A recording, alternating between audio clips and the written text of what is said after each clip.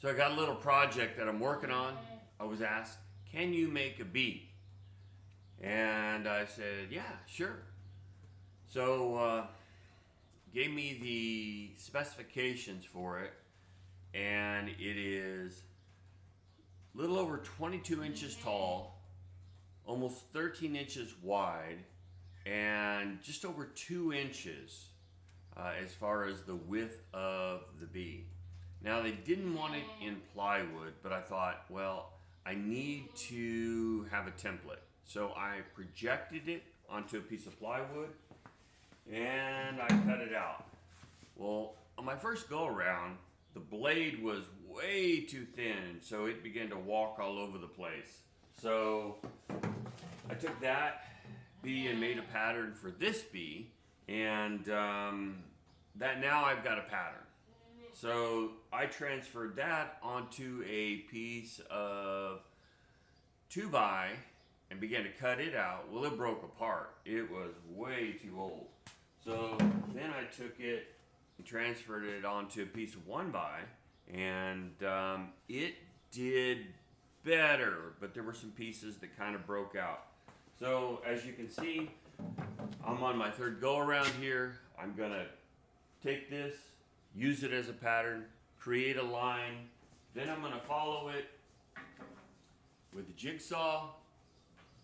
Hope it turns out. The key to this whole thing is following the line, keeping the blade on the line and keeping the wood all together. So that's the goal. I'm hoping it'll work. Then I can move on to the next phase of sanding, painting, that sort of thing. But as you can see, I've got these 3 plus the 1 out in the back. 4, this will be my 5th one. Hopefully this will work. In our devotional, we have a situation to where we have a king that crosses the line. And you think, really, is there such a thing? Can a king do that? I thought they were, above reproach. Well, this is rather interesting. We have here the grandson of Herod the Great, and he is Herod Agrippa I. And what happens is, he does not appreciate Christianity at all. It runs aground with what he's trying to do. So this is similar to his grandfather. And so under his reign, we see that James is executed. Peter is in prison. He escapes. He has the prison guards executed.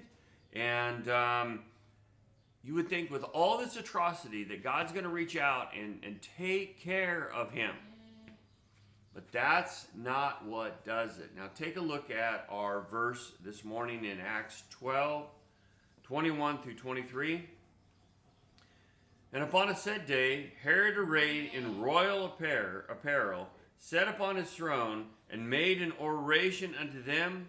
And the people gave a shout, saying, It is the voice of a God, and not of a man. And immediately the angel of the Lord smote him, because he gave not God the glory, and was eaten of worms, and gave up the ghost. So how did he cross the line? Did he cross the line by persecuting God's people? He crossed the line when he received the glory that God was due. Now look at there. Now we know that there's another that's coming. He's getting things lined up right now. That is the Antichrist.